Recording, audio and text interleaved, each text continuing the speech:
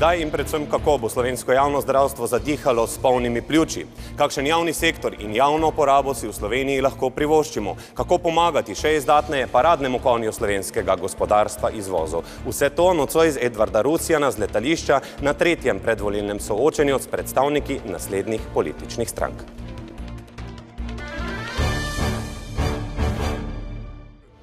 Dober večer voščim v studio predstavniku Slovenske nacionalne stranke Zmagu Jelinčiču Plemenitem.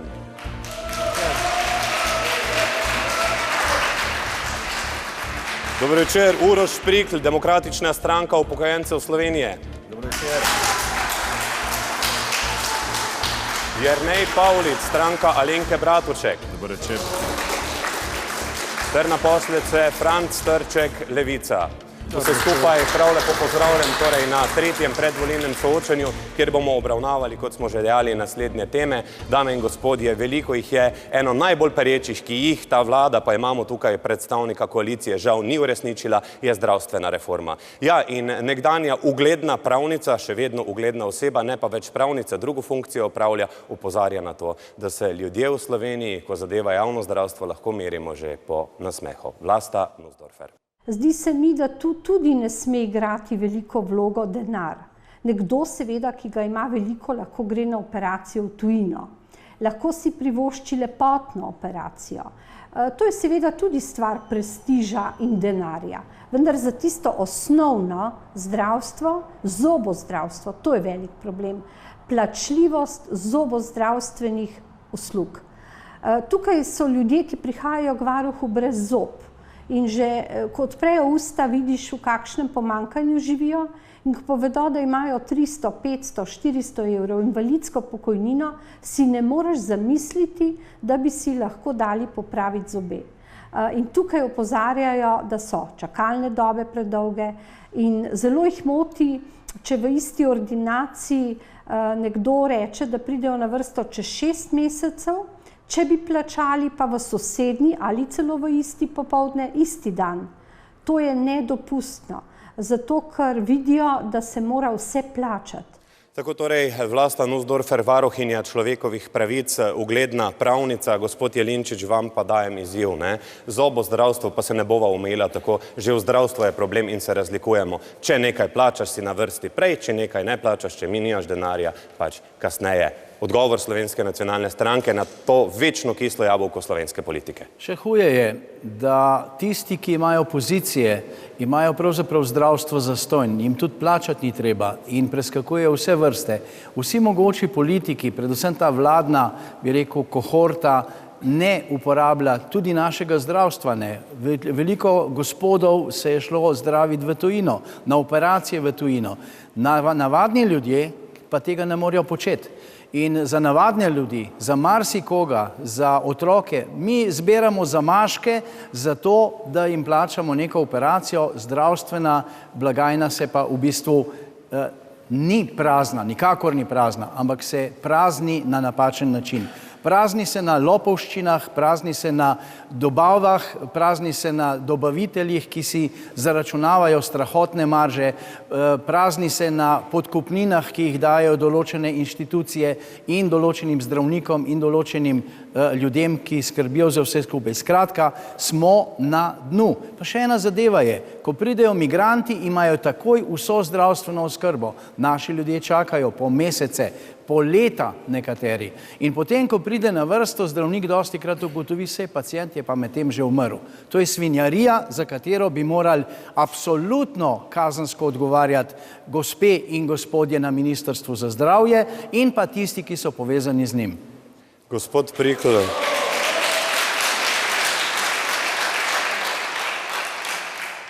Vse poti vodijo v Desus, vse zdravstvene poti pa v Stranko modernega centra, ki je imela v tej koaliciji največjo odgovornost za to. Reforma ni bila sprejeta.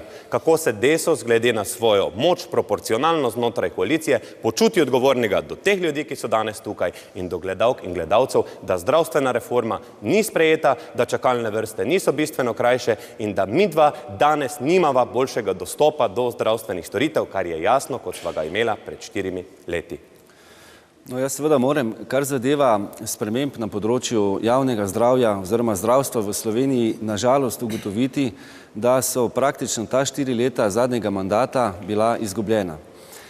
Mi smo v Desusu vse skozi opozarjali ministrico, morda prevelikokrat prenežno, kot pa bolj odločno, da vendarle so potrebne nekatere spremembe na področju organiziranosti, predvsem pa na področju čakalnih vrst, v katero smo namenili cel kup sredstev, ampak očitno ne zadosti učinkovito javno zdravstvo v Sloveniji ni naredilo preboja.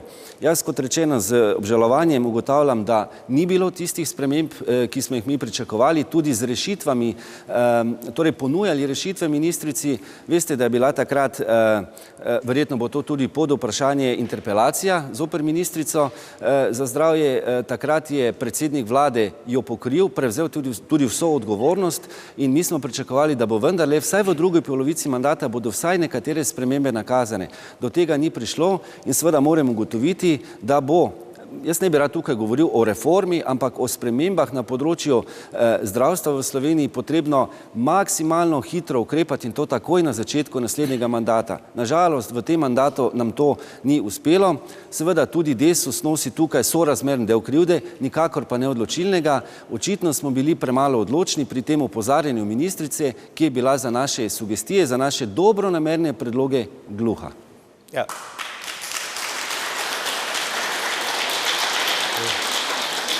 Zdaj, tukaj ste dobili aplavz, ne, zdaj kak aplavz pa bo 3. junija in kakšni nasmehi bodo potem v klopu nacionalnih televizij pa večjih komercialnih. Pa je drugo vprašanje, bo izdajane podatke, pa boste potem povedali na eno podvprašanje, ki pa ni tisto, ki ste ga uganili oziroma ugibali. Dame in gospodje, zdaj bomo pogledali grafiko, kaj si je ta vladajoča koalicija, ki je 3. septembra 2014, torej SMC, Socialni demokrati in Desus podpisala koalicijski sporazum, zapisala glede zdravstva in potem bomo lahko pokomentirali, kaj je bilo sprejeto in kaj ne sprejeto.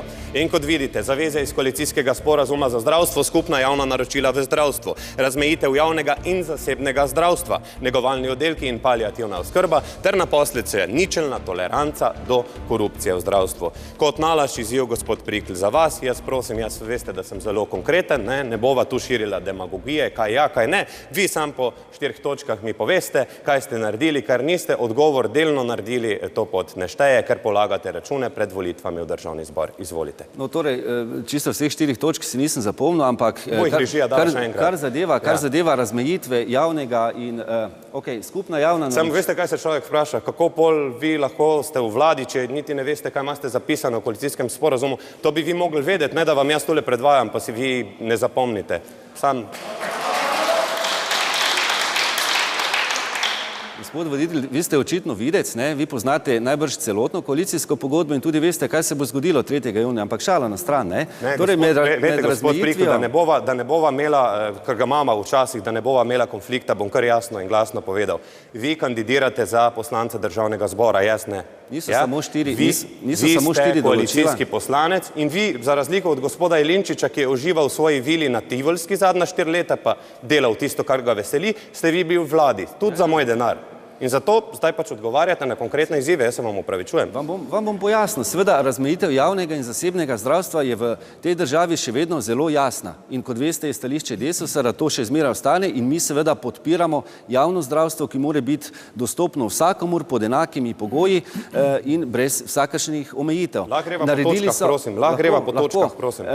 Naredili smo tudi korak naprej, ne še zadost velik, ne še na celotnem področju, ko gre za skupna naročila, ker vemo, da tam prihaja do največjih koruptivnih tveganj in tudi dejanskega, bom rekel, izkoraka na tem področju. Ne nazadnje, mi smo bili zelo proaktivni v komisiji, ki je proučevala te anomalije na področju zdravstva, žilnih opornic in tako dalje in smo tudi svoj prispevek utkali v končno poročilo te komisije, tako da tudi tukaj seveda bil korak narejen, ampak sej niso samo te 4 točke, to sem vam hotel povedati, pa nisem hotel biti preveč aroganten, če se morda to v vaših očeh če ste tako pojmovali, ampak je še cel kup enih drugih zavez direktno povezano na zdravje ali pa posredno na področje zdravstva. Niste zapisali sigurno prioritetne točke na področju zdravstvene in v kombinaciji s socialno politiko, to je Zakon o dolgotrajni oskrbi. Jaz moram tukaj seveda povedati, zame osebno je največje razočaranje, da na področju zdravstva ali pa zdravja ta vlada ni sprejela tega zakona, dolgo pričakovanega.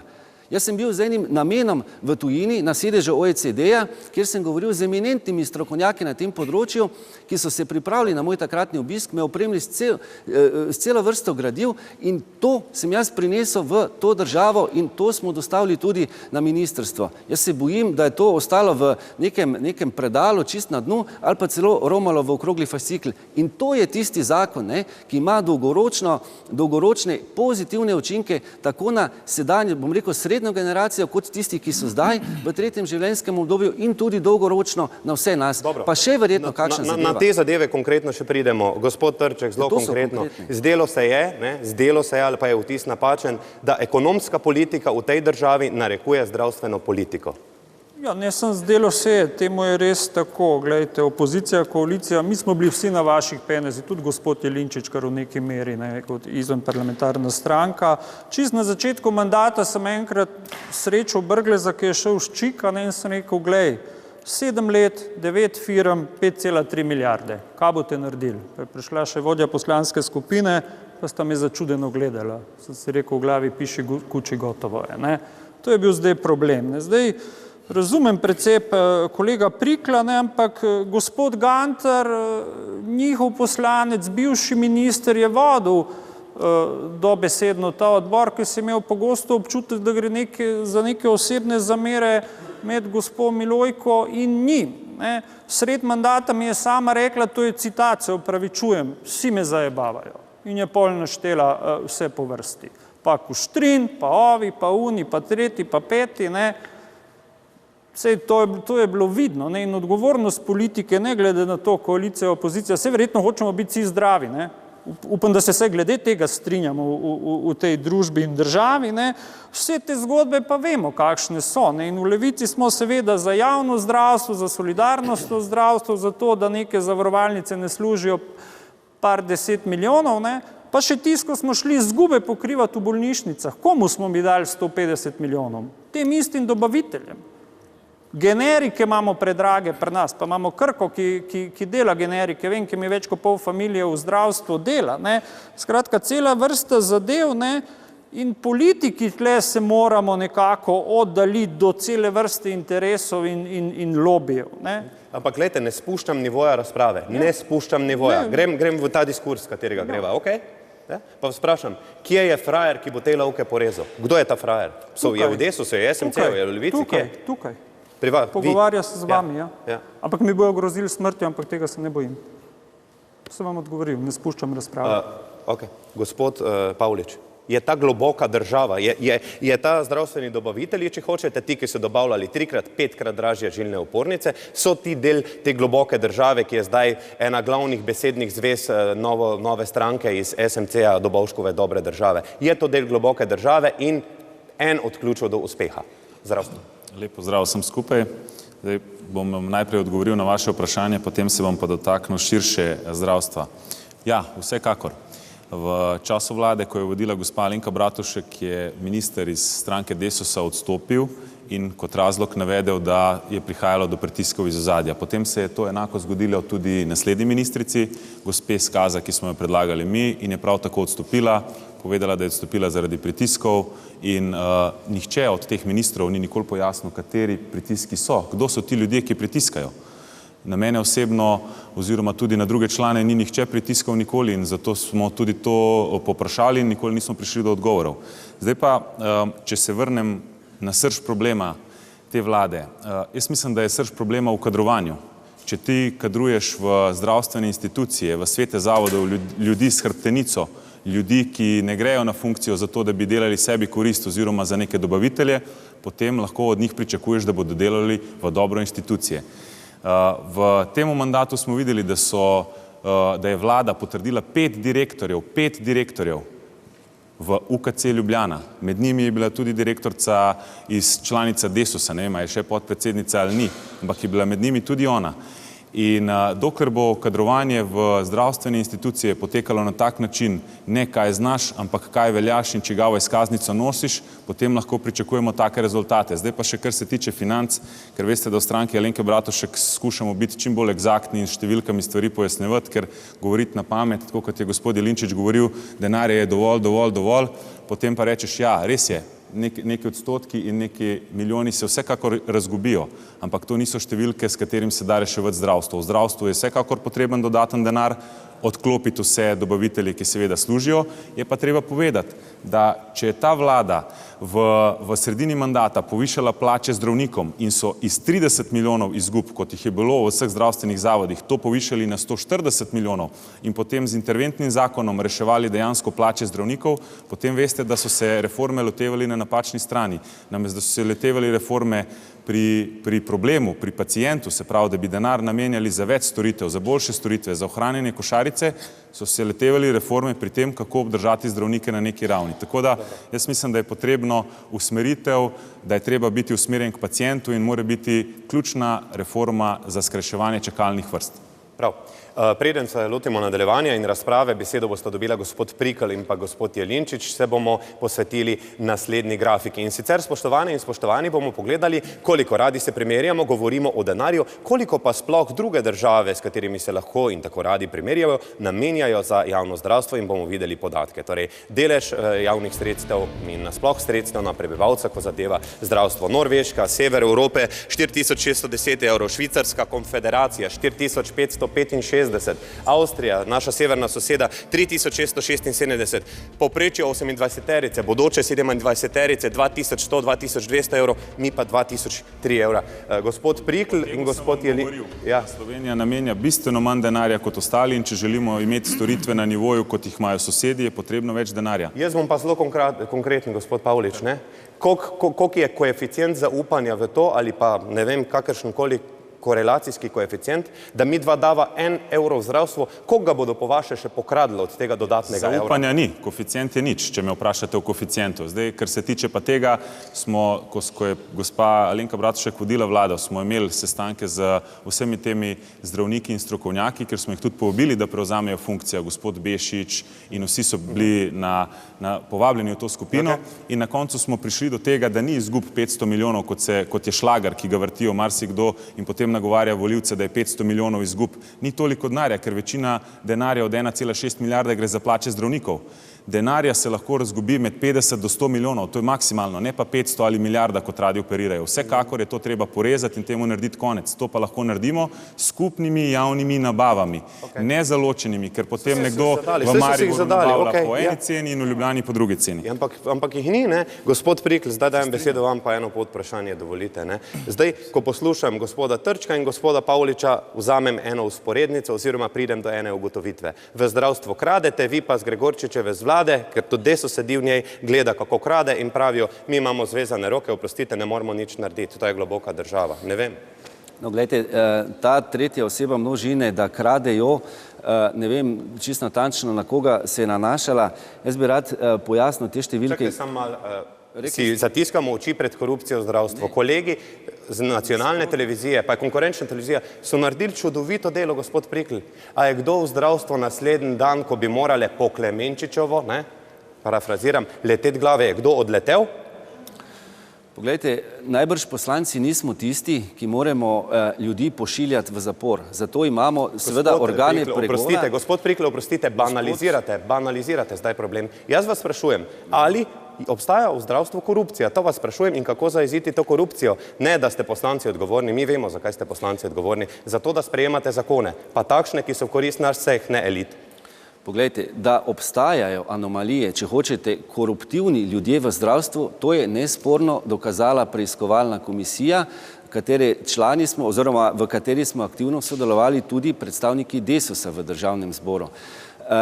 Če prihaja do največjih anomalij pri javnih naročilih, je to treba seveda v kali presekati. Nekateri ukrepi ali pa izboljšave na tem področju skupnih javnih naročil so seveda bili narejeni, ampak jaz pričakujem še neprimerno več, da se povsem poenoti ta zadeva. Poglejte, ampak če ima kdo namen to narediti, seveda bo pri vsakem javnem naročilu to lahko naredil. javno naročilo, ki je vredno 30 000 evrov, ga bo razbil na 2 dela, to je drobljenje, dal bo 3 ponudbe in evo je že koruptivna zadeva na višini 30 000 evrov. Kaj šele se lahko dogaja pri takšnih milijonskih zneskih? In tu je seveda potrebno narediti temu konec. Gledajte, tempo moramo imeti v tej oddaji. Vi mi zdaj razlagate, torej prav povzemam, ali sem zlonameren. Karkoli bomo storili, še naprej bodo kradli. Kje pa? Niste zlonameren, ampak jaz mislim, da očitno sem bil z vaše strani napačno razumljen, ne? Koraki so bili narejeni, da se odpravijo te anomalije. Ne nazadnje, kar zadeva Državnega zbora in moje malenkosti, sodelovali smo pri tej komisiji, ki je ugotovila nepravilnosti, zdaj pa morajo druge inštitucije, ki so v tej državi poklicane nad tistimi ljudmi, ki so se tukaj pregrešili ukrepati. Absolutno, verjetno še do teh točk pridemo. Jaz sem hotel pokomentirati tiste številke, ampak očitno je to podvor. Izvolite, Poglejte, Slovenija je evidentno pod povprečjem, kar zadeva izdatke oziroma financiranje zdravstvene oskrbe na prebivalca. Mi bi se seveda želeli, da je temu več, da je to nadpovprečno. Verjetno bomo težko prišli na skandinavsko povprečje, pa vendarle več.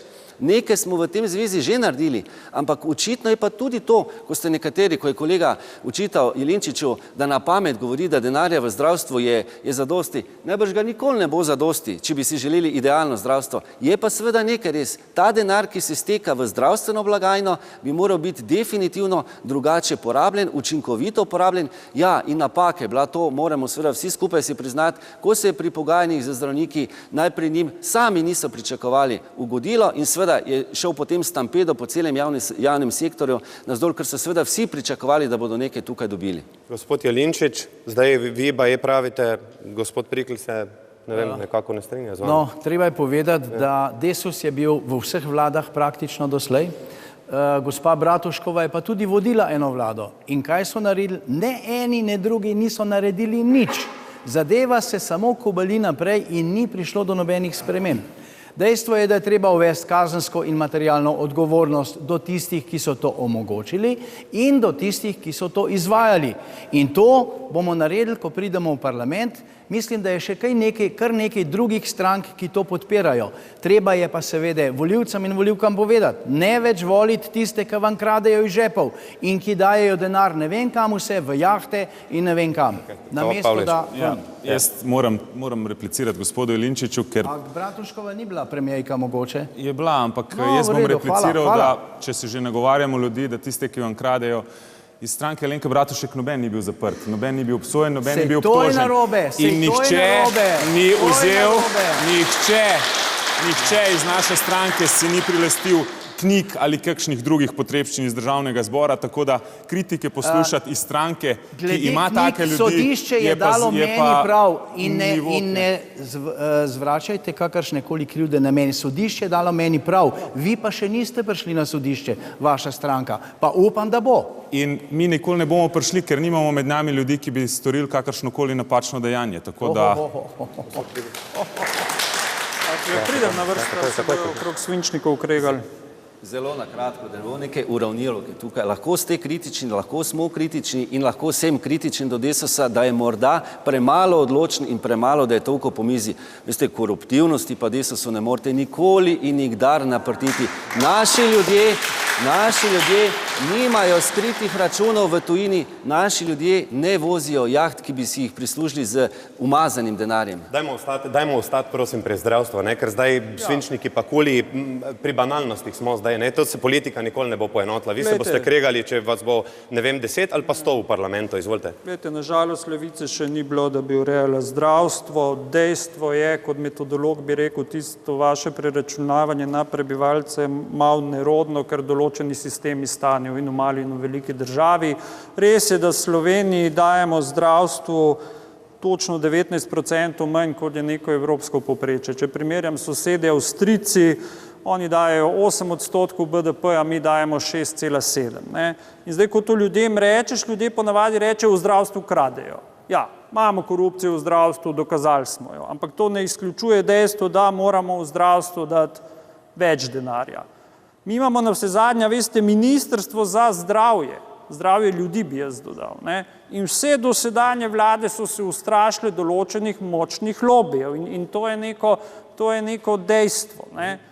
In je problem, kot ste vi rekli, kdo ima hrbtenico, da bo nekako šel čez to. Okay. In če se dotaknem zdravstva in zdravja ljudi, mi moramo iti v specializacijo bolnišnic. Glejte, tle sem na letališču, v pol ure sem na Ptuju, v slabi uri sem v Murski Soboti, uri pa pol sem v Slovenj Gradcu. Jaz nimam nobenih težav, da določenih zadev, ki niso urgentne, ne rešujemo v Mariboru, ampak bojo lokalni župani pa ljudje noreli, nekaj nam boste vzeli. Druga zadeva, moramo zelo pojačati primarno raven. Jaz sem sred mandata skrb klofno od izčrpanosti. Pridem na novo urgenco v Mariboru, prazna je, 2 uri čakam, da mi naredijo pregled krvi. Sem se pozanimal tam na senčni strani naše Vinske ceste, na 20 let starim strojem v Avstriji naredijo to v 6 minutah, v 15 minutah zdravnik ima. Samo oni nimajo manchesterskega sistema triaže, ki so ga zdaj izvedli. Sistem ni tudi tako špok.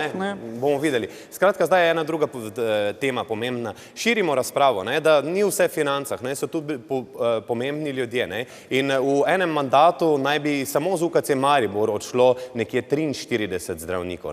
Pomembne pa so seveda tudi tiste osebe, ki jih toliko manj vidimo. Od kuhinje do sterilizacije in vsega drugega. In ena od teh oseb, njeno ime je Manuela Kapun iz UKC Maribor, je glede vsega povedala tole, pa ji prisluhnimo.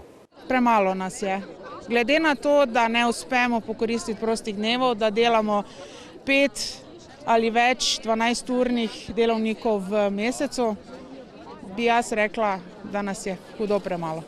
Torej, kadri v zdravstvu in kako skrbeti za nje, gospod Jelinčič, kako pojačati to kadrovsko strukturo in namenjati raje, ne vem, več medicinskim sestram, da bodo bolj zadovoljne, pa tudi zdravnikom, mogoče, čeprav so kar dobro unovčili svoje karte, pa da bo manj ostalo za tiste, ki žilne opornice prodajajo po 300% cenah višjih. No, v prvi vrsti treba povedati, da nekateri zdravniki so si res zajeten kos denarja odrezali. Mladi zdravniki pa zagotovo ne. In kar je najhujše pri mladih zdravnikih, da so omejeni pri napredovanju, da so omejeni pri raziskovanju. Nič od tega se ne podpira. Delovno okolje v bolnicah je grozljivo. Nižji medicinski kader je podhranjen. Manjkali teh ljudi in ko grejo v Avstrijo, dobijo bistveno več denarja in spoštovani so. Pri nas pa tega ni in to bi morali tudi narediti. Delovno okolje, predvsem pa pred 4 leti, ko so štrajkali zdravniki, če bi takratna vlada samo prepisala tisti plakat, ki so ga napisali, bi po tistih načrtih uredili zdravstvo v zelo, zelo kratkem času. Ampak tega niso hoteli. Gospod Prikl, največji uspeh te vlade na področju zdravstva, ko govoriva o kadrih. Kaj ste naredili? Jaz sem že na začetku povedal, da sem razočaran nad področjem zdravja. Jaz bi pa vendarle eno vsebinsko zadevo želel, lepo prosim, no. Jaz sem tudi razočaran, čem? No, poglejte, težko zdaj tukaj katerikoli moment na področju zdravstvene politike v tem mandatu izjemno ali pa izrecno pohvalim. So bile spremembe, zakon o lekarniški dejavnosti. Pa je tu dobrega? Poglejte, povedal sem, da tisti ključni premiki, to je pa zakon o zdravstvenem varstvu in zdravstvenem zavarovanju in predvsem zakon o dolgotrajni oskrbi, ta dva zakona ključna za področje zdravstva v Sloveniji nista bila... Pa zakon o zdravstveni dejavnosti, pa zakon o zdravniški službi, pa privatiziranje zdravnikov, ki je še naprej dovoljeno, ki se tudi to kislo jabolko ne ogrizne, kaj pa tole? Glejte, jaz ne bi kar tako govoril. Ja, so bili neki premiki narejeni tudi na področju dajanja koncesij, da se vsaj majčkeno zadeva skuša razmejiti, da ni vse stihijsko. Vsi ostali zakoni pa niso tistega ključnega pomena, ki bi naše zdravstvo, naše javno zdravstvo, za katerega se v Desusu zavzemamo in dostopno vsem državljanom, premaknila bistveno iz te mrtve točke.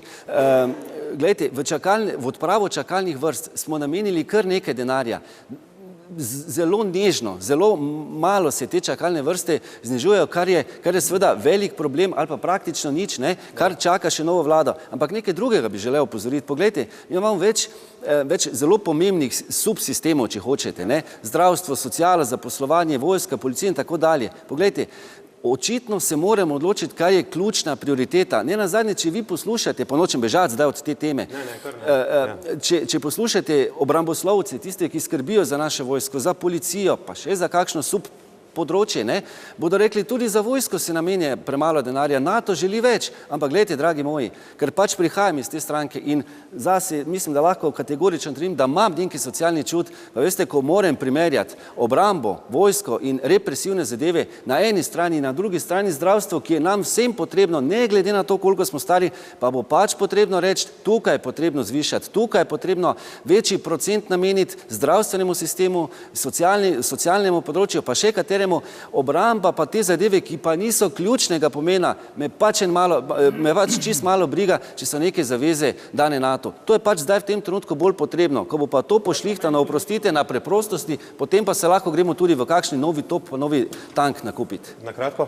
Ja, ampak zdaj kolega Prikl to govori v parlamentu, ko smo mi problematizirali nabavo tega orožja za 1 milijardo 200, ste bili pa tiho, smo bili osamljeni, so zaveze NATO, smo 15 let nazaj sprejeli. Nikoli nisem podpiral militaristične politike, nikoli jo ne bom. Ko imam na vagi korenček, ko imam na vagi, ali bomo topove kupovali, ali bomo vojsko krepili, ne govorimo o vojakih, ki so zaposleni v obrambnem sistemu, absolutno na področju sociale, zaposlovanja in zdravstva moj fokus. Prav, ok. Mi gremo zdaj pa polniti našo blagajno, pa bomo govorili tudi o vojski, pa tudi o blagajnah. Dame in gospodje, kratek predah si bomo vzeli, potem pa nadaljujemo o eni pomembni temi. Ne militaristični politiki, ampak demografski politiki tej države, ki je zelo zastrašujoča. 3-minutni predah približno, vi pa ostanite še naprej v naši družbi.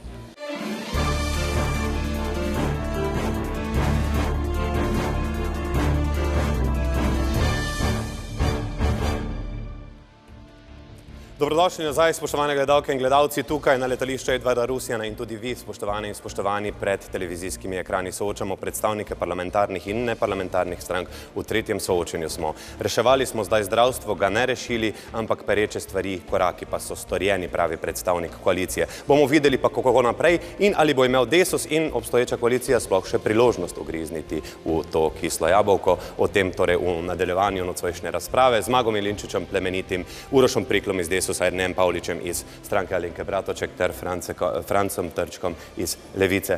Pa gospod Trček, da zaključimo ta krog. Zdravstvo in še enkrat zdravstvo, 3 ključni ukrepi, ki bi jih Levica sprejela, če dobi priložnost, da ponovno pride v državni zbor in da sestavlja bodočo vladajočo koalicijo. Malo narobe berete ankete, mi bomo prišli v državni zbor. Prvo seveda javno zdravstvo, ne koncesijsko zdravstvo, na vse zadnje zobozdravstvo je lep primer, da to ne funkcionira, je povedala gospa Vlasta Nussdorfer. Druga zadeva, seveda javna naročila, institut javnih naročil v zdravstvu. Tretja zadeva, ukinitev dopolnilnega zavarovanja in solidarnosti princip. Kdo več dobi penezov, tudi več plačuje v blagajno. Seveda, in še, da uvedem naslednjo temo, ker smo pogovarjali o demografski problematiki, solidarnostni dan, podobno kot ga imajo v Franciji. O tem sem se včeraj v Bruslju, na primer, pogovarjal. Gospod Jelinčič, koliko imate penzije? Sem rekel štajersko besedo penzija, ker ste Mariborčan. Vse razumem, vse sem rojen tukaj. Jaz imam penzije 1500 evrov. Veste, koliko jih ima manj kot 600? Ja, ogromno. 150 tisoč, več kot 150 tisoč. Ja, res je.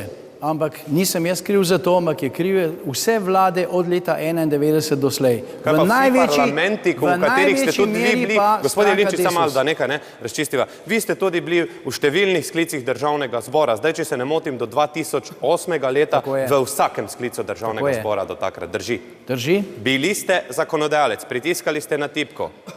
Koliko ste soodgovorni za to? Vi ste v bistvu imeli lepo pozicijo. Celotno življenje ste lahko sam v bistvu komentirali, opozarjali, kaj drugi niso naredili, kritizirali, ker v vladi niste bili nikoli, te odgovornosti niste imeli. Ja, res je. Ves čas sem bil v opoziciji zaradi tega, ker nobena opozicijska stranka ni hotela naše stranke v koalicijo. Zaradi tega, ker bi jim v koaliciji mešal štrene. Tako sem jih samo v državnem zboru. Zato so me tudi zrinili ven. In zato gremo nazaj noter. Zdaj gremo pa v vlado. In ne bom dovolil, da se bodo dogajale svinarije takšne, kakor so se dogajale v zdajšnjih vladah. Ne bom. Ker če ne drugače, bom udaril s pestjo po mizi, pa če ne bo drugače, tudi kakšnega okolo šest.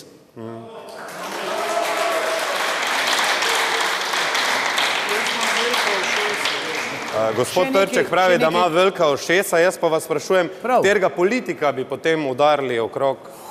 Jih je, mislim, lahko bi začel kar pri predsedniku države, pri Pahorju. Tudi on bi prislužil marsikatero. Drugače pa, treba je povedati, da je Desus in Rjavec sta kriva, da so penzije tako nizke. Konec koncev niso bile usklajevane z inflacijo, niso bile dvigane in približno 17% penzij je šlo neznano kam. Poleg tega je znižal, včasih je bilo 85% plače, si dobil potem penzije. Kmalu po tistem, jaz sem imel srečo, sem šel takrat že v penzijo, so me porinili v penzijo iz parlamenta. Kasneje in danes je to razmerje približno 57%. Pripravlja se pa, oziroma se je pripravljalo pa še znižanje. Kdo je za to kriv? Nekdo, ki vodi upokojence. In kam jih vodi? V prepad.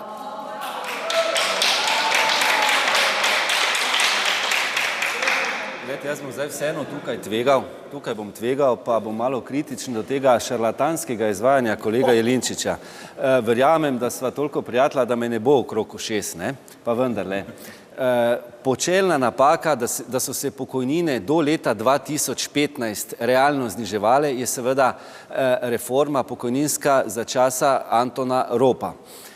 Ves ta čas zaradi odmernega količnika, ves ta čas so se realno pokojnine zniževale. Ob tem, da se od leta 2009 do leta 2014 pokojnine tudi niso usklajevale. Če nam je kaj uspelo, nekaj majčkenega pa vendarle, nam je uspelo v tem mandatu ustaviti realno padanje pokojnin in začeli smo jih ponovno usklajevati, tako redno kot izredno. Dalje. Pri teh pokojninah je tudi nekaj treba povedati. Najnižjo pokojnino za polno delovno dobo smo dvignili, pa smo naleteli praktično na 500 evrov, kolega Jelinčič, na 500 evrov najnižjo pokojnino.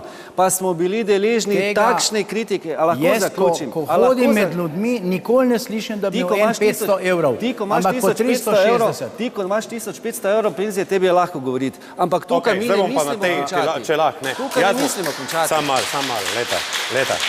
leta gospoda, ne? Vi imate 1500 evrov penzije, vi pa imate 3 jurje plače, ja? 3 jurje imate plače. Nimamo 3 jurje. Ok, pa imate 2 jurje 700. Zdaj pa dobra istočnica, ne? Sam malo, prosim. Zdaj bomo pa pogledali, ne? Ostaja humanitarno društvo Opornik. Boris Krabonja je profesor zgodovine na Srednji ekonomski šoli Mariboru. Mnogim pravijo mariborski Robin Hood. Rešuje najtežje stiske, socialne stiske posameznikov. Ja, mnogi med temi so upokojenci, ki ne vedo, ali bodo raje kar dali v lonec ali plačale položnice. Ne, to ni nekaj banalnega, to je realnost po njegovo v tej naši šentflorjanski Švici. Pa poglejmo, kaj o najranljivejši skupini v tej družbi pravi Boris Krabonja. A vi veste, da imamo mi na našem seznamu 7 ljudi, ki imajo pokojnino manj kot 150 evrov? Mene je dan skoraj kap zadela. In da jih imamo vsega skupaj 176, ki imajo manj kot 400 evrov pokojnine. To je tisti, ki prihajajo vsak mesec, enkrat na mesec k nam po pomoč.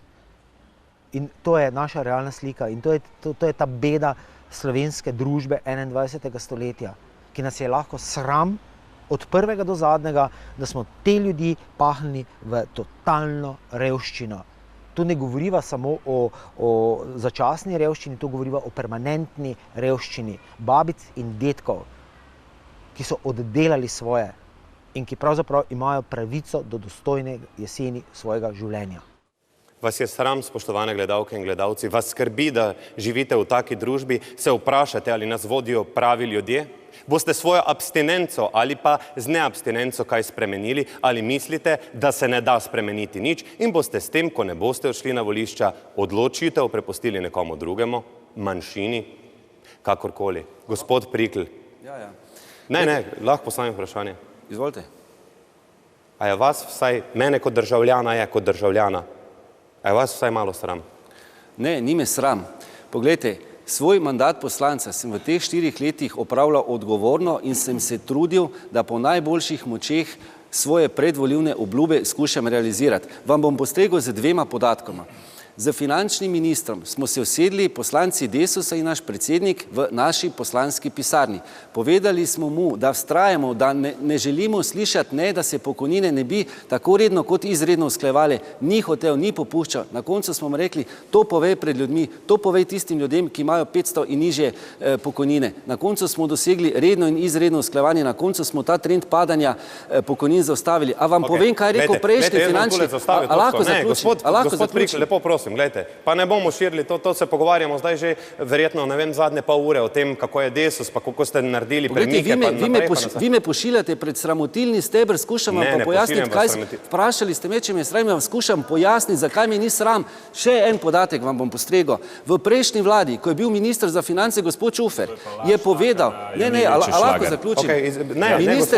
Gospod Pavlič, dajte, prosim, zakaj je laž, kaj je laž, dajmo rešiti. Pavlič sploh ne ve, kaj bom povedal. Minister Čufer je rekel, bodimo realni, v trenutkih gospodarske krize. Vsi družbeni sloji so že plačali ceno, upokojenci še ne, in je hotel linearno znižati penzije za 10%. Desusu smo se temu uprli in dosegli, da se penzije niso nominalno nižale. Kje je to laž? Kje je to laž? Kje je to laž?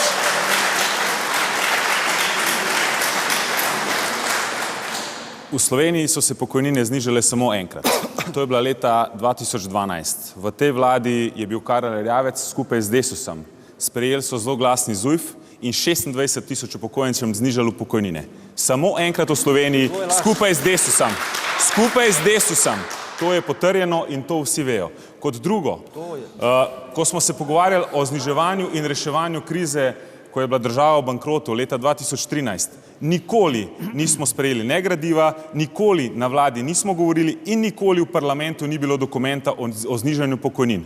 Predsednica vlade in naša stranka v temu nismo nikoli govorili. Kot drugo. Kot tretje, v prejšnjem mandatu leta 2013 smo tem upokojencem, ki jim je Desus v letu 2012, smo jim vrnili, 26 tisoč upokojencem smo vrnili te pokojnine, ki so jim bile odvzete za ZUJF-om. Kot tretjič, leta 2016 v tem mandatu je gospa Bratušek vložila zakon za redno usklajevanje pokojnin za izplačilo regresa. Ne boste verjeli, edina stranka, ki je glasovala proti z vsemi 9 glasovi, je bila Desus. Vsi ostali so glasovali za. Zbrali smo 6 tisoč podpisov državljank in državljanov, vložili zakon in potem je edina stranka, ki je glasovala proti, je bil Desus. Usklajevanje pokojnin se je začelo v zadnjem predvolilnem letu, celo dvakrat, ne boste verjeli, za 1% in za 2%. Zakaj se vsa 4 leta niso pokojnine usklajevale? Ker že v letu, ko smo zapustili vlado, je bila gospodarska vlast 3% in vsa ta leta 15, 16, 17 in 18. Usklajevanje je pred volitvam, to kot je vedno pri Desusu šlager, da se borijo za upokojence. In še nekaj, ali imate vsi 1000 evrov pokojnine, vsi, ki v Desusu ploskate. To je bil šlager gospoda Erjavca, ki do danes ni uresničen. Toliko da o resničnosti namenov Desusa. Gospod Trček, bom dal gospodu Trčku besedo, da on še pove vso, je bil parlamentarec, je spremljal to in potem vi, gospod Prikl. Prvo, a me je sram ali ne? Je me sram, da v bistvu me je sram, čeprav sem verjetno najmanj soodgovoren od vseh tukaj. Osebno menim tudi, da poslanec ali poslanka 3 mandata gotovo. 3 mandata je dovolj. Gospod Jelinčič je mislil, koga tepes bi lahko tepel takrat. Gremo naprej. Za neko približno skromno življenje v Sloveniji bi upokojenec ali upokojenka potreboval vsaj 800 evrov. 73% upokojencev in upokojenk ima niže penzije. Zdaj se nekako hvalite s temi 500 evri. Pri 500 evri, če ne bi Levica začela ropotati, pa sem se jaz to prvi spomnil, ker sem se pač ukvarjal z indikatorji družbenega razvoja, ste pozabili na ženske. In na vdove. In smo pol začeli tuliti in je do tega prišlo. Če imamo neko konjunkturo, če so bile pokojnine zamrznjene, pa večina teh ljudi iz 3. življenjskega obdobja zna dosti več potrpeti, kot mi vsi tukaj, so tudi to na nek način razumeli, ampak tako kot je rekel kolega, kdorkoli bi bil, če je bil Miha Kordiš ali jaz ali vi, resorni minister ali finančni minister ali ministrica, bi moral pač iti v to. Zdaj hvaliti se glede tega, veste, takrat, ko se je Desus hvalil, mi smo se borili za 1,2%, ni šlo, izborili smo se za 1,15%, meni so ljudje pošiljali SMS-e, dobesedno citiram, fukni jim v glavo mojih 20 centov, koliko mi je šla penzija gor. In to so neka dejstva. Je pa še eno dejstvo pomembno. Mi v tej družbi in državi se nikoli skoraj ne pogovarjamo, zakaj je nekaj tako drago. Pa gledajte, vse večina upokojencev in upokojenk nima penez, da bi si kupila avto. Pa si kupite avto, ker smo uničili javni potniški promet. Večina mladih nima penez, da bi si kupila stanovanje. Mi moramo tudi te politike nazaj pripeljati. Kje se najbolj legalno krade? V mestnih občinah, v tako imenovanih holdingih. A tle preplačujemo ali ne? Ko sem govoril o tem, so mi lani odklopili štrom v Mariboru. Sem imel poslansko pisarno leto dni brez štroma. Mi se moramo tudi o stroškovni strani začeti pogovarjati. In to je neka resna zgodba, ki jo jaz žal ne vidim na tem soočenju. Dobro, kolega mogoče malo, ajde, čeprav jaz pa Alenka glih, nisva ista stran ulice. Mi se moramo resno začeti pogovarjati, koliko imamo špage. In pol moramo tudi začeti gledati, kje se krade v ljudskem jeziku, kje plačujemo preveč, kje bi treba optimalizirati. In tega ni. Jaz sem padel v parlament, se mi je zgodil, po 10 tednih sem kaj ugotovil. Najprej sem ugotovil, da je večina zakonov blazno šalabajzersko napisanih, včasih za nalaž, pogosto pa kar tako, potem sem pa zelo hitro ugotovil, da se v tem parlamentu noben resno o denarju ne pogovarja, se sem jaz tulim o teh penezih, kot da sem najbolj obseden. Gospod Prikl, zdaj kar gospod Trček pravi, zdaj vi bi imeli, zdaj brez gospoda Jelinčiča bi imeli kar poškodovan obraz, zdaj če bi upokojenci metali te cente vas. Sicer so bakreni s primesmi, ampak kar boli verjetno. Glejte, če vi tak mislite, vam dopuščam. Prispodoba. Aha, ok. Glejte, jaz sem si par zadev zdaj tukaj vseeno moral zapisati, ker je toliko laži bilo natrosenih. Pokojnine so se začele usklajevati 2015. Takoj po nastopu našega mandata, ko so bili znani makroekonomski podatki za leto 2014, ko smo ta mandat nastopili.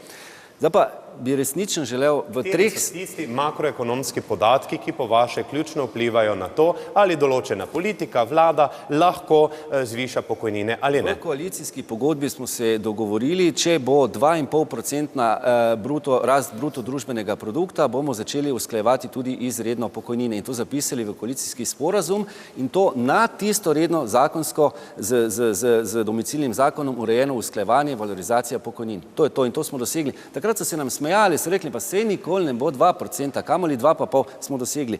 Zdaj pa resnično, če mi dovolite 3 stavke, bilo je... Jaz imam 5. Super, vi ste super.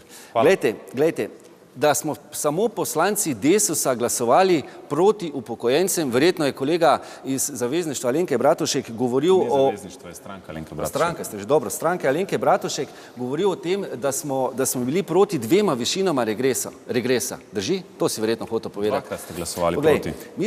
Mi smo takrat podpirali in še danes podpiramo 5 razredov, v kateri umestimo vse upokojence. Zakaj 5 razredov in 5 seveda različnih višin letnega dodatka oziroma pogovorno regresa? Ocenjujemo, da je bolj pravično in bolj solidarno. Večja socialna nota je tukaj. Zakaj? Zato, ker tisti z najnižjimi pokojninami dobijo po našem predlogu, ko je 5 razredov, dobijo višje pokojnine, tisti, ki so med 4...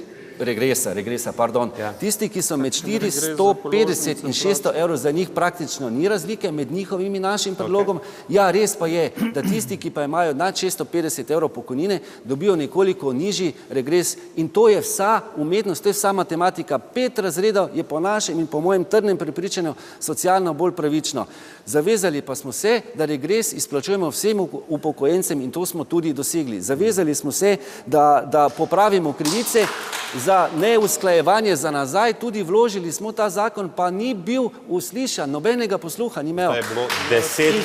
In to je bilo 10 stavkov in s tem pa zaključujem. 11. pa narediva piko, pa nadaljujemo, pa povemo še nekaj, o čemer so glasovali tako poslanci Desusa, Stranke modernega centra, kot tudi Levice. Govorimo o minimalnem dohodku, ki so ga nič tako slučajno politiki sprejeli, ga povišali na 385 evrov in nekaj tik pred volitvami. Ampak gledajte, začne veljati 1.6.2018, torej 2 dni pred volitvami, zadeva pa se izteče čez pol leta, 31.12.2018. In verjeli ali ne, 8 let je soodgovorna za socialo v tej državi. 3 leta je bila državna sekretarka pri ministru, ki je bil kasneje tudi rektor v Pahorjevi vladi, sicer pa zadnjih 5 let v 2 vladah oziroma celo 3 ministrica za delo, družino, socialne zadeve in enake možnosti. Pravi, da so porušena razmerja. Dr. Anja Kopač Mrak. Bom čisto odkrita. Jaz bi si želela, da bi bila skrb za ljudi. Samo, če bi bila to res skrb za ljudi, bi bil pristop popolnoma drugačen.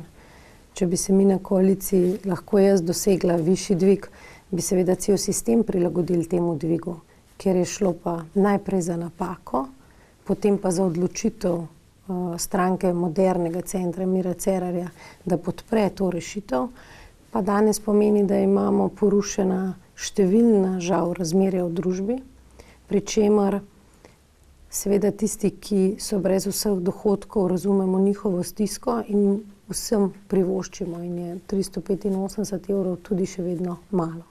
Tako torej prva med enakimi, ko gre za socialo v tej državi. Vaš gospod Trček, vaša poslanska skupina je glasovala za, ampak je tukaj nek grenki preokus. Pa dobro, pustiva zdaj ta porušena razmerja, ampak vendarle za pol leta in očitki, da ni sistemskega vira za financiranje tega. Jaz sem bil pri Ani Kopač Mrak v kamero na ministrstvu na Kotnikovi in off the record mi je rekla, septembra bo za to, kar so sprejeli, zmanjkalo denarja, ker ga nimamo. Torej je to neodgovorno. Glejte, na tem ministrstvu za neki programček, ki ga ena firma naredi za preračunano 6.000 evrov, jim plačujejo vsako leto 600 jurjev za vzdrževanje, ker je iz kvote SD. Povejva ime firme, prosim. Trenutno ga nimam v glave, ampak imate poslansko vprašanje. Je pa prav se strinjava, da je prav, da govorimo o tej državi. Pod črto portal je to objavil, sem postavljal poslanska vprašanja, z tega ni bilo nič. Ampak gledajte, in iz tega, kar govori kolega Prikl, in iz tega, kar govori moja stanovska kolegica, ki mi je na tretjini mandata rekla, da sem zastareli etatist, pa da se bo z državo blaginje ukvarjal zasebni nevladni sektor, ki itak živi na škrge pa na minimalcih. To se je povedal. Ne, ampak zdaj bi se človek skoraj izjokal, ko ona govori, ampak če ti kot minister ne moreš nekaj izvajati, da jaz rata minister, če ne bi mogel izvajati sred mandata, odstopim. Ne pa da 4 leta kaj, vlečem plačo, ne. To se mi zdi nekako skrajno odgovorno.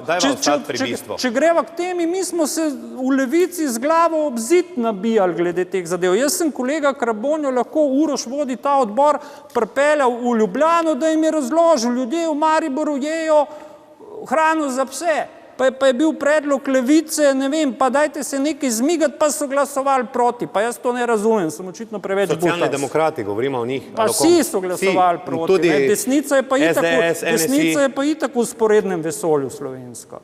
Ne, gledajte, za ta zakon, o katerem se pogovarjamo, je dal glasove Desus, SMC in vi. Zdaj so seveda dali glasove in so nas spet delno izigrali, kot ste sami pravilno... Pa še nekaj je, ne, ta država je leta in leta... Pa še to so premajhni penezi, saj enih 430 oziroma 500 evrov bi morali biti. Leta in leta je država narobe obračunavala minimalni dohodek. Ekonomski inštitut je leta 2009 izračunal nekaj drugega. Danes pa ta ista ministrica govori o napaki. In ta Krabonja, Boris Krabonja, ki smo ga prej slišali, katerega omenjate, govori tudi varstveni dodatki, gospod Prikl, zdaj pa grem na vas, varstveni dodatki, pa ta zaplemba premoženja in tako naprej, so bili napaka. In Boris Krabonja pravi v eni od izjav, ki smo jo že predvajali na tej televiziji, napaka, in kaj potem, kaj temu sledi, mu lahko odgovorite? Vsaki napaki, ki je ugotovljena, mora slediti poprava te napake. In če smo kaj naredili pri tem varstvenem dodatku, smo to kritično zaplembo oziroma izvršbo smo dvignili na 120.000 evrov na posameznika. Dovolite pa mi samo eno pojasnilo. Uroš Prikl nikdar ni in ne bo glasoval proti zvišanju, konkretno v tem primeru nisem bil proti zvišanju minimalnega dohodka, ker vem, kaj pomeni dvig minimalnega dohodka. Pomeni na eni strani dvig denarnih socialnih pomoči in pomeni tudi dvig varstvenega dodatka za vse starejše od 65 let. Tako da ne mi tukaj polagati glasovanja v usta, ki jih nisem, oziroma v prste, ki jih nisem naredil. In jaz ocenjujem, da smo glasove v Desusu prispevali, pa nismo. Hočem vam pa samo to povedati, pri dvigu, morda je za nekoga Morda je za nekoga, da se denarna socialna pomoč preveč približuje minimalni plači in s tem dela neko kompresijo. Jaz pa trdim nasprotno, to je sicer res, da je kompresija, ampak to dekompresijo pa lahko narediš, da minimalno plačo dvigneš in to je rešitev. In drugi pol politike, ki jo vodi gospa ministrica, je pa seveda ta, da se fokus usmeri na politiko zaposlovanja, potem bo tudi manj denarnih socialnih pomoči in manj drugih transferov iz proračuna. Gospod Prikl, do kakšnega razmerja med zavarovanci in uživalci pokojnin ste nas pripeljali? Okrog 1,4 je to razmerje, ne 1,4, 1 proti 1,4, ne, tako da, veste, smo pripeljali, to je posledica nekih demografskih sprememb, ki so za Slovenije še posebej izrazita. Podatke. Dame in gospodje, imamo pripravljene podatke, kako se je razmerje med zavarovanci, torej tisti, ki vplačujemo v pokojninsko blagajno, in med tistimi uživalci, da se razumemo, zasluženih pokojnin, brez kakršnekoli demagogije, spreminjalo skozi leta, bomo videli zdaj v naslednjih trenutkih. In tule imamo gospod Prikl in vsi ostali. 2008, vrhunec konjunkture, 1,71, 2010 1,6, 2012 prva Janševa vlada 1,46, nastop Cerarjevega mandata 1,39, 1,45 potem v letu 2016 in lani konec leta 1,49. Gospod Pavlič. 900 tink sem se zmotil. Gospod Prikl, vam ne zamerim. Hvala.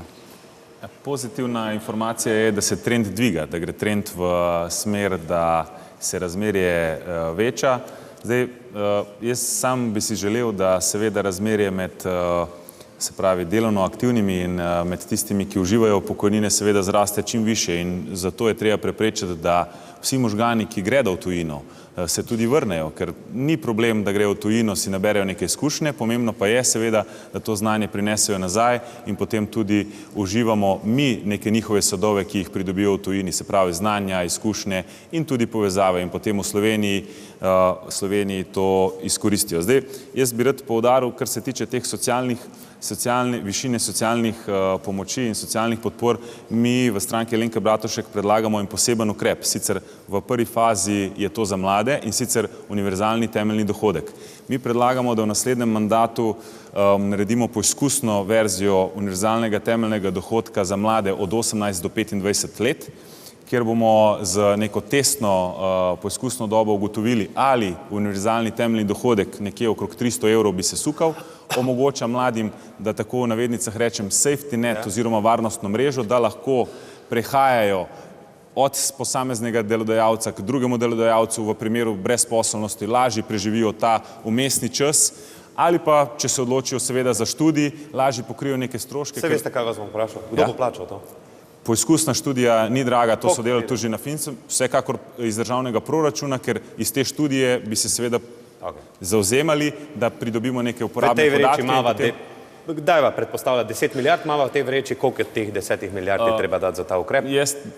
V poizkusni dobi bi to seveda bil ukrep ranga parih milijonov, ker to gre za testno verzijo, to bi naredili pilotno študijo. Tako, pilotno študijo in potem se seveda pregleda, ali je to uporabno ali ni, ker če bi danes obljubil, da bomo to naredili, bi bil neodgovoren. Tako da sam ne obljubljam nečesa in tudi v stranki ne obljubljam nečesa, ker ni možno, vsekakor je pa potrebna pilotna študija, saj že vsi strokovnjaki v Sloveniji govorijo, da zaradi robotizacije, zaradi spremembe posamezne industrije bo do tega počasi postopno tudi prišlo, ker če ne bo vedno več ljudi na nizkih socialnih podporah, brez dela ali pa odhajalo v tujino. Tako da moramo jim dati nek vir financiranja in zato, da lahko preživijo tisti čas in da svoje energije usmerijo v tiste aktivnosti, ki jih pač sami vidijo kot potrebne.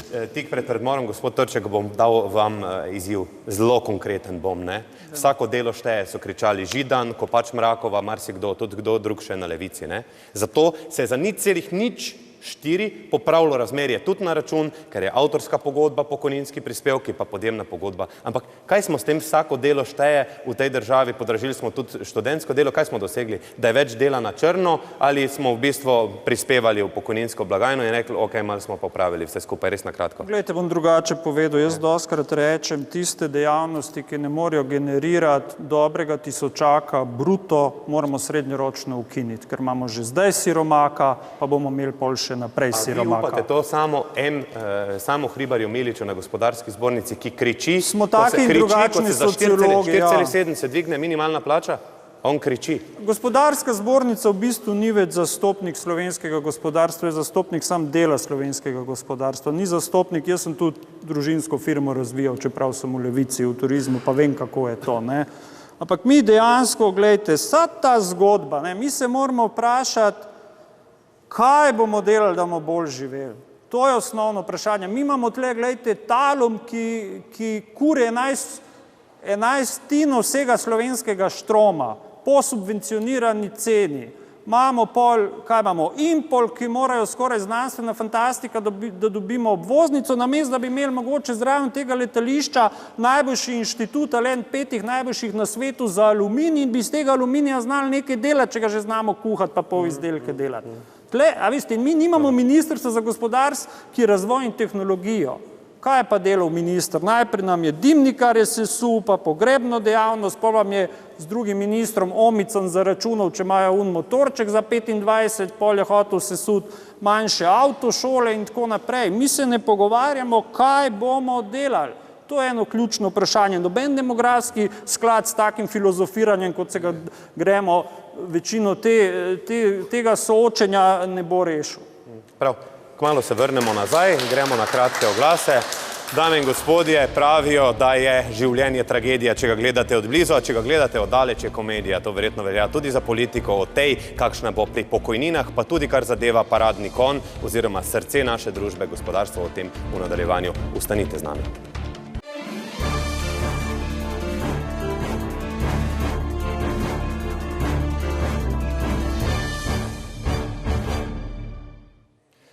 Dobrodošli nazaj na letališču letalca Rusjana, ki danes bolj ali manj sameva. Verjamemo, da bo v prihodnje tako. Parlament po 3. juniju ne bo sameval. Vi odločate, kdo bo v njem. Danes soočamo predstavnike parlamentarnih in neparlamentarnih strank v tretjem soočenju. O pokojninah, zdravstvu smo govorili, ampak vse se začne in konča pri tistem, ki polni državno blagajno, torej pljučih, srcu te družbe, gospodarstvo. In o tem v nadaljevanju z gosti. Gospod Jelinčič, kako dvigniti slovensko gospodarstvo? Gospod Trček, bi vso panogo, ki ni sposobna 1000 bruto, prav povzemam, gospod Trček, ukinil. Mi pa se tukaj pogovarjamo o delovnih mestih, srednjeročno razumem, če bi na kratki rok pol ne veva, kje bi tudi midva bila, ampak kakorkoli, ne? Skratka, kako dvigniti slovensko gospodarstvo? So to davčne spodbude, je to debirokratizacija države, ne vem, 5 ukrepov, prosim, res eksplicitno. V prvi vrsti birokracija je bistveno prehuda. Tukaj bi jih lahko odpustili polovico in obenem tudi prečrtali vsaj 60% raznih odlokov, ki škodujejo državi in gospodarstvu, poleg tega pa tudi kar nekaj zakonov, ki niso en z drugim v skladju. Potem, kaj je potrebno? Znižati davčne obremenitve. Noben tujec ne bo prišel k nam, če bojo take davčne obremenitve, ker se enostavno ne da preživeti. Zaradi tega naši ljudje odpirajo firme v tujini. Pipistrel je šel ven, Akrapovič gre ven, cela vrsta teh dobrih firm odhaja ven. Poleg tega je treba tudi DDV je treba znižati. Bote zelo konkretni, gledajte, rečva, danes je DDV 22%, mimo grede Bratuškova je rekla, da je to krizni davek, gospod Pavlič, bova midva razčistila tole, brez skrbi. Vi pa mi povejte, če ga znižate, za koga ga znižate in verjetno morate zračunati, če boste rekli svoji ženi Moniki, midva pa bova imela 200 € na mesec manj, boste zračunala, koliko to pomeni, pa kaj manj si boste privoščila. Torej, konkretno, koliko bo manj v državnem proračunu, ali računajte, da bodo ljudje več trošili? Tako je. Znižati je treba DDV na 15% in potrošnja bo bistveno večja. Poleg tega se bojo tudi iz Avstrije in iz... Gospod Jelinčič, gledajte takole, jaz se s tem ne bom zadovoljil. Jaz vem danes, koliko je v državnem proračunu, koliko država nabere z naslova DDV, vem ta podatek, vi ga tudi morate vedeti, če kandidirate, pa bi rad vodili to državo, jaz ga vem. Jaz vem, kaj se zgodi, če 2% pa ne upoštevam multiplikatorja, če ga znižam, vem, kaj se bo zgodilo, pa če upoštevam neko zmerno napoved gospodarske rasti. Zdaj pa vas sprašujem, kakšen je finančni učinek? Govorijo milijon, 50, 100, 150, 200. Politiki včasih vi tako z milijoni operirate, kot mi 20 000 €, igrate pa se življenje posledično. Če znižamo DDV na 15 odstotkov, v 2 letih pridobimo toliko, kot danes pride z DDV-ja v državni proračun. V naslednjih 4 letih je že profit. Dejstvo je, da je treba pa vzeti pametne strokovnjake, ne pa blebetače, kakršne imamo zdaj na ministrstvih. Razni gospodje in gospe, ki se delajo pametni, ne znajo pa zračunati, koliko je kila kruha odzunaj. Dejstvo je, da to je eden od najbolj pomembnih zadev. Poglejmo primere iz Evrope. Tam, kjer je DDV nizek, je zaslužek države večji. Mi bomo pogledali mednarodne primerjave, še prej pa dame in gospodje. Delovno aktivno prebivalstvo po registrskih virih, tisto anketno je ključno, ki kaže, kako se polnijo naši družbeni podsistemi. Mi smo pač na Bismarckovem dokladnem sistemu, ko govorimo o pokojninah in pomembno je, koliko je delovno aktivnih, torej vplačevalcev. In koliko se je to spreminjalo skozi leti, vidimo zdaj, tudi spoštovana publika.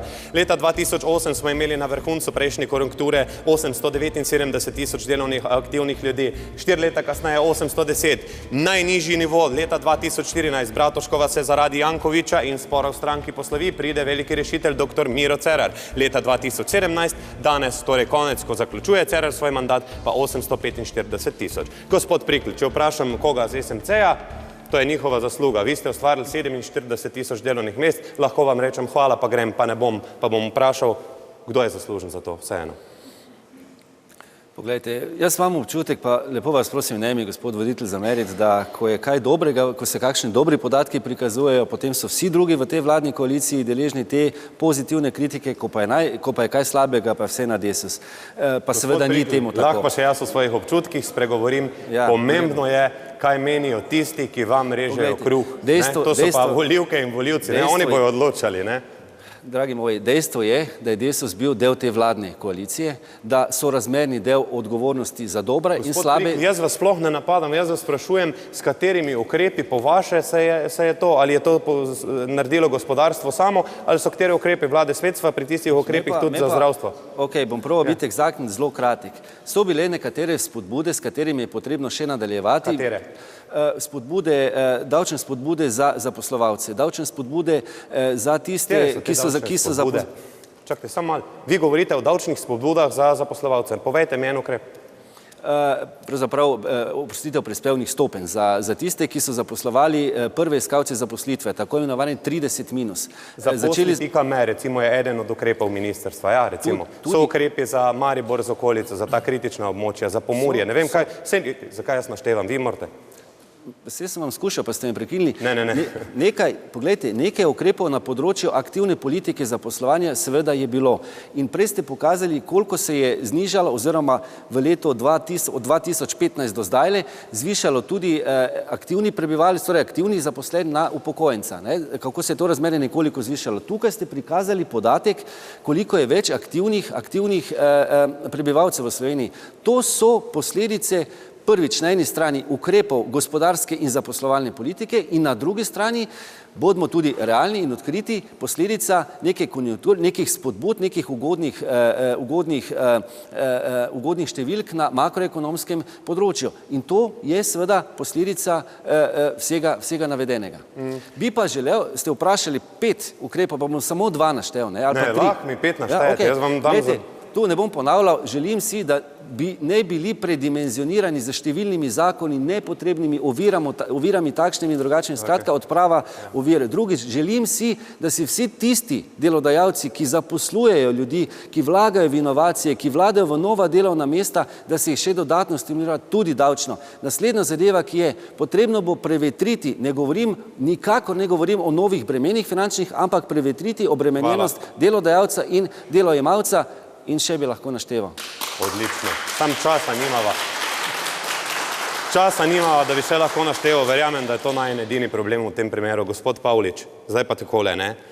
Krizen dvig DDV-ja 1. julija 2013 sprememba iz 20 na 22 odstotkov. Jaz sem iz ust vaše šefice, Alenke, slišal tole, da je to začasni krizni davek. Kdaj se je ta paradigma spremenila, sprašujem. In kot toliko v privatizaciji vaši stranki sem tja, žal se je v času vlade Alenke Bratušek so se kovali temelji, da je Agrokor prevzel nekoč paradnega konja slovenskega gospodarstva, družbo Mercator DD. Izvolite. Hvala. Res je. leta 2013, ko smo prevzeli vodenje vlade, je bila gospodarska aktivnost minus 4,6%. V proračunu je bilo 1,7 milijarde manj kot danes. Tako da, če izračunamo 7% DDV-ja, če je 1% točka približno 300 milijonov, tam nekje, da ne bom 360 milijonov, je to, kar je gospod Jelinčič predlagal, skoraj 3 milijarde, tako da proračun je pa 9 milijard. Tako da jaz ne vem, kje bi za znižanjem ta denar dobili nazaj. Ampak da nadaljujem. Mi smo zelo egzaktni, samo da nadaljujem. Vsekakor je bil dvig DDV-ja krizni davek, zato je bil tudi zapisan v ZIPR-u in ne v zakonu. Leta 2015 ali 2016, me lahko gospod kolega poslanec popravi. Pa ste sprejeli zakon o davku na dodano vrednost.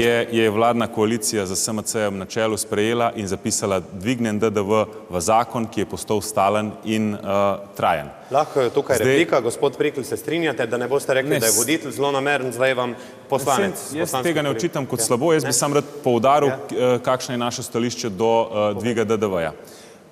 V tistem času je vsekakor dvig DDV-ja bil iz razloga, ker smo iskali način, kako napolniti proračun in s tem čim manj obremeniti izvoznike, ker izvozniki so tisti paradni konji, ki nam nosijo denarje oziroma sredstva v proračun, za DDV-jem pa v bistvu obremenimo potrošnjo. Tisti, ki ima več, potroši več, je bolj obremenjen, tisti, ki ima manj, potroši manj in s tem plača manj dodatnega davka. Zdaj pa, da še pojasnim, kakšno je naše stališče do znižanja DDV-ja.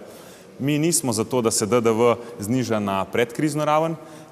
Naša ideja je, da se razbremeni dohodnina in na tak način ostane državljankam in državljanom več v žepu in tako več potrošijo. Zakaj pa ne znižanje DDV-ja?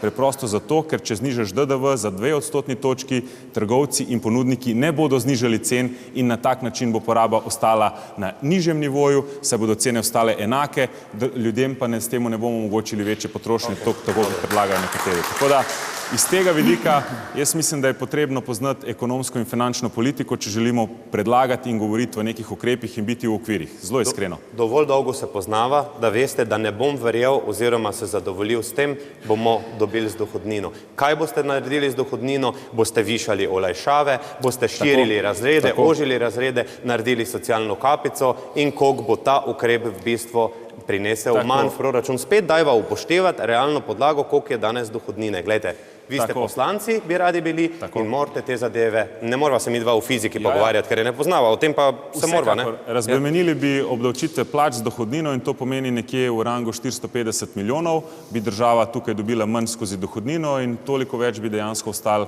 delavcem oziroma vsem, ki plačujejo dohodnino, bi jim ostalo v denarnici. Zdaj pa še na drugo vprašanje glede Mercatorja, da ne bo ostalo v zraku. Mercator je bil prodan v času vlade gospoda Janeza Janše. Med letom 2004 in 2008 Ne prvič. Vsako podjetje lahko prodaš samo enkrat. Jaz upam, da se strinjava, da avta ne moreš prodati dvakrat. Ko ga prodaš prvič, nimaš na to več vpliva. In ko je vlada... Lahko me postavim vprašanje, da bova hitra, ne?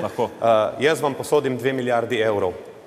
Vi imate podjetje, ki je vredno 2 milijardi evrov. Jaz imam pravnomočno izvršbo v rokah, da jutri zaplenim vaše podjetje.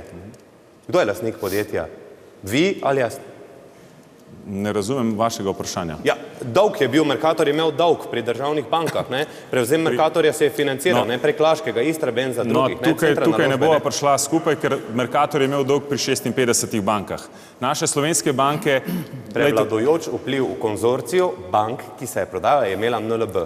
Alenka Bratušek bi lahko izkoristila... Se upravičujem, da ne bo to držalo, ker mi smo Mercator reševali skoraj 2 leti, ker ena izmed tujih bank, lahko jo naštejem, IFC, ni želela dati soglasja k refinanciranju. In če IFC, ena banka, ki ni imela prevladujočega vpliva, ne bi dala soglasja, bi Mercator ostal v stečaju. Tako da vpliv slovenskih bank v konzorciju je enak vplivu vseh ostalih. In sam še to, da povem, ko je bil Mercator leta 2004 prodan pod mizo, je bil prodan zaradi vpliva v Delu in vpliva v Istrabenzu in vpliva v vseh drugih podjetjih. In zaradi te prodaje Mercatorja smo danes v takih težavah in so vsa ta podjetja, ki so sodelovala v Grozdu, Pivovarna Laško, Istrabenz, končala na slabi banki in vsa ta podjetja smo morali davkoplačevalci z reševanjem bank tudi poplačati. Tako da Mercator je bil prodan davnega leta 2004 in ne v letu 2014. Sva mlada, ne? Ampak oba stva stara dovolj, da te korporativno upravljanje v te pravljice ne verjaveva. Zakaj Bratuškova ni šla do medija pa rekla, poslušaj Janko, če prodaš Mercator, te jutri odžagamo. Nite več. Zato, ker je v Sloveniji obstaja korporativno upravljanje. Če pa ne verjamemo v njega, ste mi pritrdili. Kdo ne verjame? Ja, vi ste mi rekli, da ne verjamemo. Ne, vi ste rekli, da mladi ne verjamejo v to. Jaz verjamem v to in jaz sem tudi tako izvajal to, ker smo sprejeli na vladi in se je štela kot politična odločitev, v podjetjih so pa z svojim premoženjem in svojo odgovornostjo upravljali bankirji. Pri nas, saj jaz upam trditi, se take stvari, ki so se v preteklosti dogajale, se niso. Vse je povezano, dame in gospodje, ne? Slabe pokojnine s slabimi plačami. Pa kakšne sploh so te plače v tej šentflorjanski Švici ali kako jo pač imenujemo, tej naši Švici, ki bi rada bila, pa to ni, ker potrebuje tradicijo, pa tudi odgovorne ljudi, hrbteničarji jim pravimo. Torej, kakšne so plače v Republiki Sloveniji, od tiste povprečne pa plače v javnem sektorju, bomo pogledali v nadaljevanju in sicer je stanje takole. Govorimo o, mislim, da v februarju 2018 povprečna bruto plača 1638, v javnem sektorju za 340 evrov višja je 1888, v zasebnem 1518, minimalna pa 842. Gospod Trček, vse lepo v javnem sektorju, ga potrebujemo, ne, izvaja naše javne storitve, zagotavlja našo blaginjo, ne, ampak vendarle, a ni to malce nenavadno, če se primerjava z razvito Evropo, da v zasebni sektor, ki financira javni sektor, ima nižjo povprečno plačo? Glejte, ne moramo govoriti črno-belo. Oba veva, da v javnem sektorju tudi ogromno ljudi gara za nesramno nizke plače. A veste, nam vedno očitajo to menzo v državnem zboru. V državnem zboru imate ogromno ljudi, natakar v državnem zboru gre v penzijo, pa je imel 430 evrov penzije. V državnem zboru delajo številni ljudje, a veste, mene ustavi gospa, ki dela v državnem zboru, pa mi reče, kje naj meni Cerar vzame od 536 evrov. To so dejstva. Drugič, lepše bi bilo neto podatke prikazovati, ne. Tretjič, sem v bistvu že prej povedal tudi zgodbo, ne. A veste, tisti, ki bi morali misliti kapitalsko donosnost v Republiki Sloveniji, in to so gospoda okrog gospodarske zbornice, tudi kak drugi sociolog, niso mislili, ne.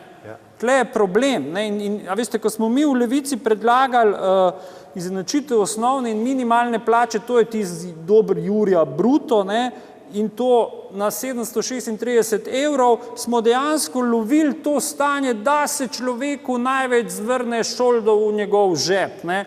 Pa so v glavnem vsi bili proti, pa so tulili, da se podirajo neka razmerja. Če se dotakneva davkov, poprečju, jaz sem rad zelo eksakten, v poprečju EU se pobere 40% BDP-ja za davke. Slovenija je na 37%, Avstrija je na 43%.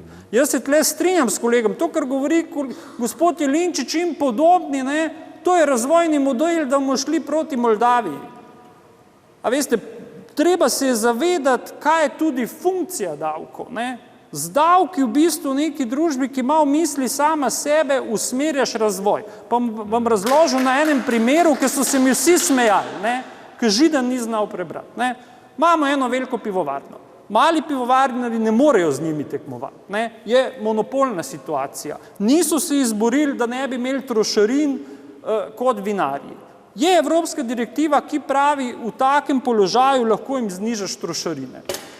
Jaz sem se v bistvu s kolegico Bonovo za to izboril in izpad tega davka se je povrnil po drugi strani v 11 mesecih z višjo proizvodnjo, z investicijami v proizvodnjo, število pivovarnarjev se je podvodilo, izvažajo recimo zlasti na italijanski trg in so tudi nove zaposlitve, ne.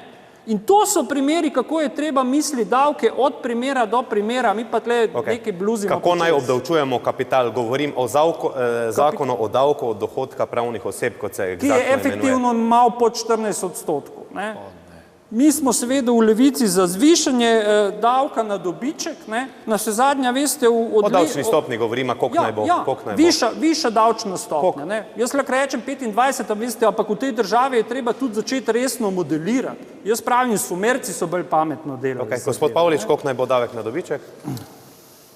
Jaz bom tako rekel, ne, Nič številka, sam da gremo naprej, pa bomo pogledali, kako je v drugih državah. Ne bom konkretne številke povedal, bom pa povedal, zakaj je to obdavčevanje dobička oziroma bogatejših ponavadi kontraproduktivno. Obdavčili smo, se pravi, jahte, ki so parkirane v Portorožu in vse, kar smo naredili to, da zdaj plujejo vse pod hrvaško ali pa pod italijansko zastavo. Nismo pobrali nič. Ne, da smo karkoli več pobrali, ampak smo jih samo izrinali iz Slovenskega morja. Tako da, samo to bom povedal, pri obdavčevanju je pomembno, da najdemo mero, ki je še zdržna in donosna za tiste, ki živijo v Sloveniji, da se jim splača imeti prijavljeno bivališče. Govoriva o Laferi, po Gaussovi klavuli in tako naprej. Ja. In da ne bežijo v Monako in druge davčne oaze, ki še obstajajo. Torej, če se na ta dva ekonomista slovita naslonim, kje je torej tisti optimum za Slovenijo? Številko želim vseeno, ne? Pa vam jo ne bom dal, ker mislim, da bi tukaj povedal en podatek, ki mi ni popolnoma poznan, zelo iskreno. Sem ga povedal, pa ničelni davek na knjigo, ker reši ne sam pametla, ključno z knjigo. Mi bomo zdaj na mesto izjave kmalu, gospod Prikl, pogledali, smo imeli pripravljeno izjavo gospoda Šoltesa, pa moramo naprej, pa bomo šli na to grafiko davka na dobiček, pa vas sprašujem isto. Naj bo 19, ampak jaz ne bi želel tukaj... Kako naj bo, če pa je? No, vse pravi, mi smo bili deležni kritike, a veste, evo pa bom povedal, oprostite. Ker smo dvignili, na eni strani bi nekateri še več hoteli, na drugi strani smo bili stampeda deležni, ker smo iz 17 na 19 nominalno zvišali, da si ravno realno je malo niže, ker so še olajšave na drugi strani. Gospod Jelinčič? Ne več zviševati, hkrati pa je potrebno vedeti, in s tem tudi zaključujem, da če hočeš tistim, ki so socialno ogroženi, nekaj dati, kar jim moraš dati, točno, evo, bravo. Logika, gospod Jelinčič. Jaz mislim, da enemu vzameš, da to drugemu daš znotraj tako majhne skupnosti, kot je Slovenija, to je bedarija. Jaz mislim, da je potrebno narediti nekaj drugega. Dvigati je treba gospodarstvo z nižjimi obdavčitvami, pritegniti ljudi iz tujine, da bodo investirali. Kdo investira?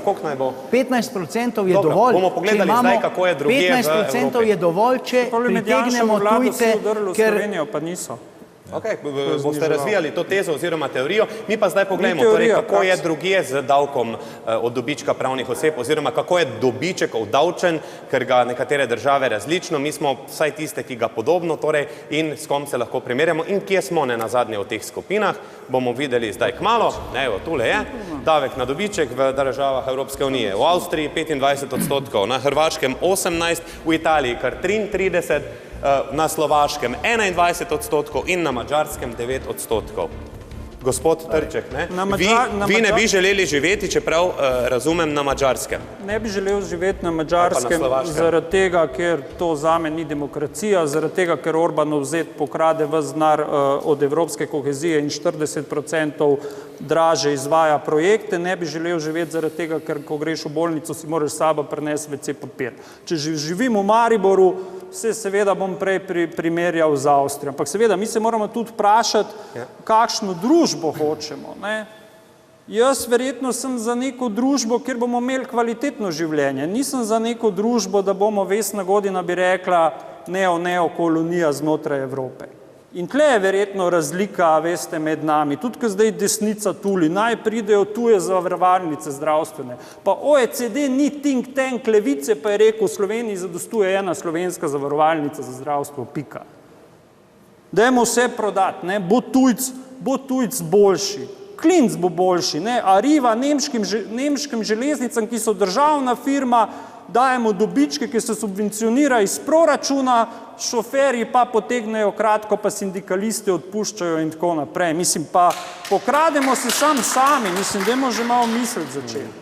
Jaz se vam, spoštovani gostje, najlepše zahvaljujem, da ste delili svoje poglede, svoje programe političnih strank z nami tukaj. Še bolj pa bom hvaležen, verjamem pa tudi, da gledalke, gledalci, volivke in volivci, ko boste te programe uresničali. Nekateri boste imeli novo priložnost, nekateri pa boste morali popraviti to, kar niste naredili. Skratka, hvala pa tudi vam, spoštovane gledalke in gledalci, da ste nam posvetili svojo pozornost.